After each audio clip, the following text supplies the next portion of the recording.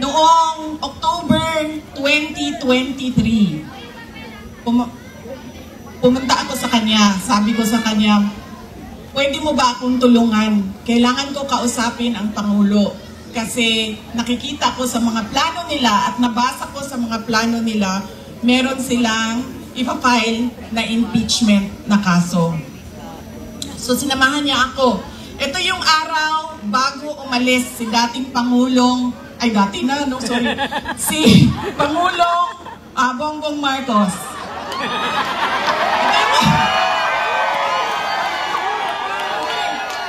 Hindi ko sinadya yun. Hindi ko sinadya yun, ha? Ano na? Kailan na, ayun, kayo lahat, kailan ng sedisyon. Kayo dyan, kaso na kayo bukas. Wait lang. So, ito yung araw na paalis siya, papuntang Amerika. Pumunta kami, sinamahan ako ni Senator Amy. Siya yung kumuha ng oras ng schedule para makausap ko si BBM. Noong nandun na kami, binanggit ko sa kanya ang impeachment. Pero hindi yung impeachment ang gusto kong marinig ninyo na kwento ngayong gabi na ito. Doon sa pag-uusap naming tatlo, kaming tatlo lang yun eh, pasensya na silang dalawa. Marites yung nandoon sa harap, nilang dalawa. Nag-uusap kaming tatlo, nabanggit ni BBM ang pag-amenda ng konstitusyon. At sinabi niya na, madami siya sinabi, pero ang gist ng sinabi niya ay, we will just amend. Kasi English man sila pag mag-istorya, no? So ako dito, anak, kuyawanin, in English eh. We will just amend the economic provisions of the Constitution. Nakirinig ko at nakita ko talaga na sumagot si Senator Amy. Sabi niya, that is a dangerous thing.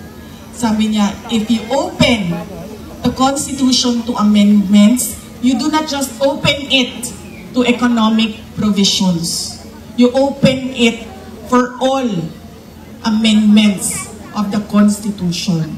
At nagsagutan na silang dalawa sa harap ko dahil sa ating Constitution. Kaya yan ang pruweba ko at proof ko sa inyo na magkaiba na tao. Ibang tao si BBM, ibang tao si Amy Marcos.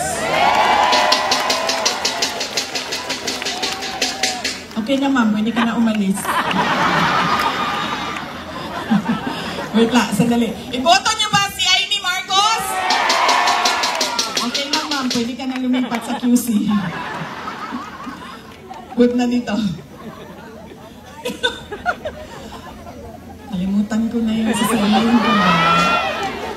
Tatlong paalala. Hindi natin tinitingnan kung ano ba yung mga pangako niya noon. Tumakbo siya noon. May pangako siya. Binigay ba niya? Diba? 20 pesos ang kilo ng bigas. Tapos ngayon, okay na daw. After 3 years, 3 taon ng campaign promise o pangako sa eleksyon, ibibigay ngayon. Pero, ibibigay lang sa Visayas.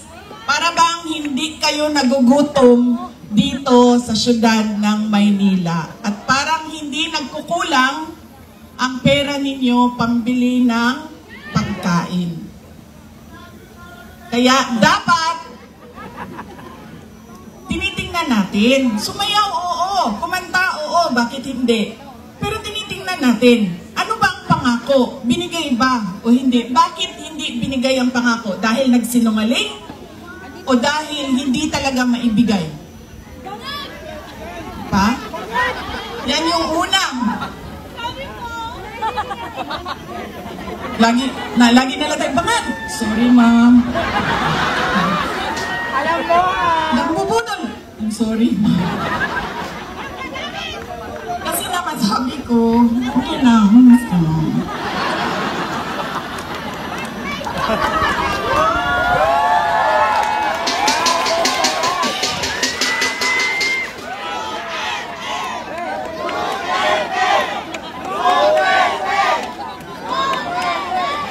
Alam nyo, yung bangag na yan, hindi totoo. Hindi naman ako kasi tumawa dahil tinawag siyang bangag.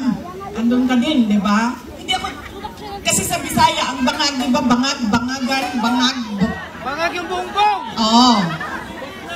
So, pag sinabi mong bangag sa Bisaya, hindi siya adik. Ang saman sa pakida. Butas yung bulsa! Diba? Butas yung bulsa! So, hindi talaga ako natawanan, tinawag siyang bangag. Kasi sa Bisaya, ang bangag ay butas. Hindi, at saka sa slang, ang bangag is yung private part ng babae. Diba? Bangagan. Ang pinagtawanan ko, dahil ang rally na yon ay kontra sa pag-amyenda ng konstitusyon. Yun yung rally na yon. Tapos nagulat na lang kami na iba na yung napag-usapan doon sa rally. Pero balik tayo sa bangag, ma'am. Alam mo, hindi ito kasali talaga sa speech ko.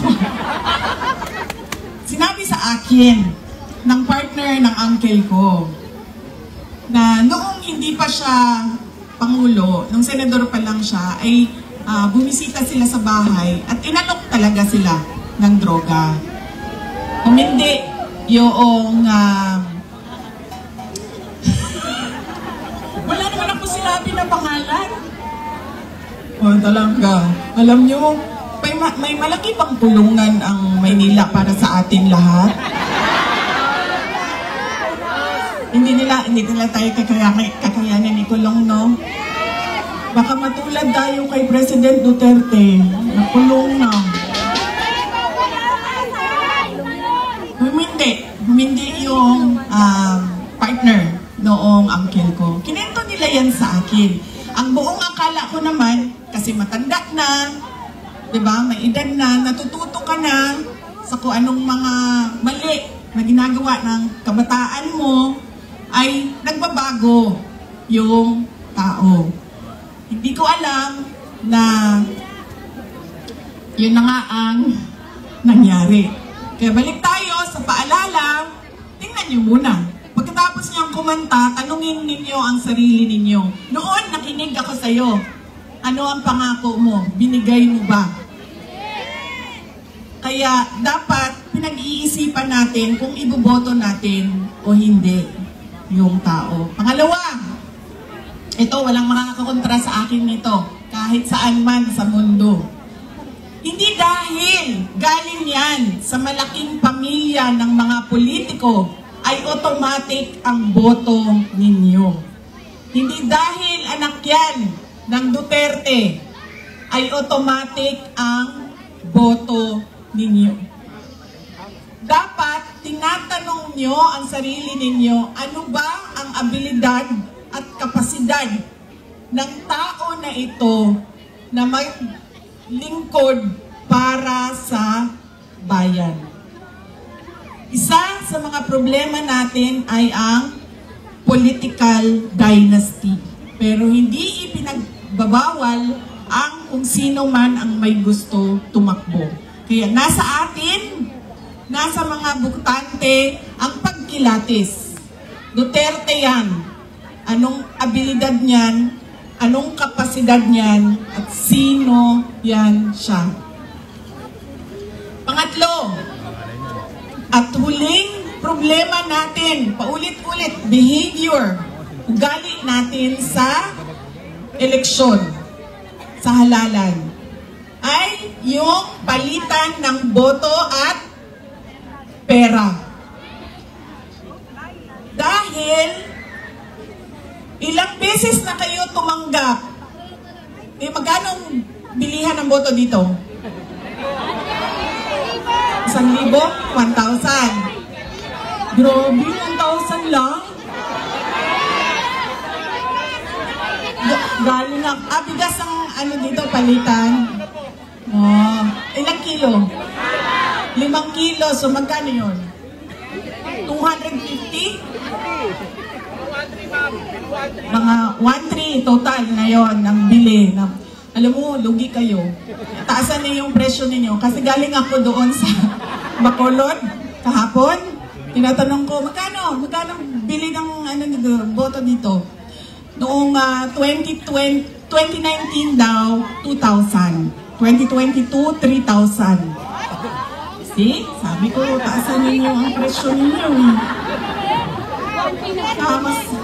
Tapos nung, dito daw, itong eleksyon na ito, 2 to 3,000. Sabi ko, hindi niyo pa alam kung magkano kasi wala pa namang bilihan. Pero sabi nila, mga 2 to 3,000 daw yung bilihan ng boto doon. Kaya, kulang ang hingi ninyo.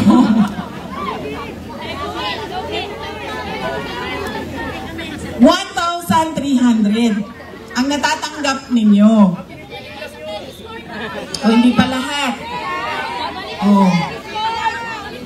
Bakit 1,300? Eh ang akap, magkano ba akap? Di ba 5,000? 3,000?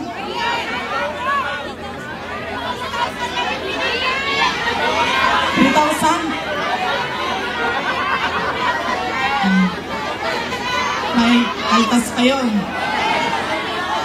Diba? One for you, one for me, one for you, one for me.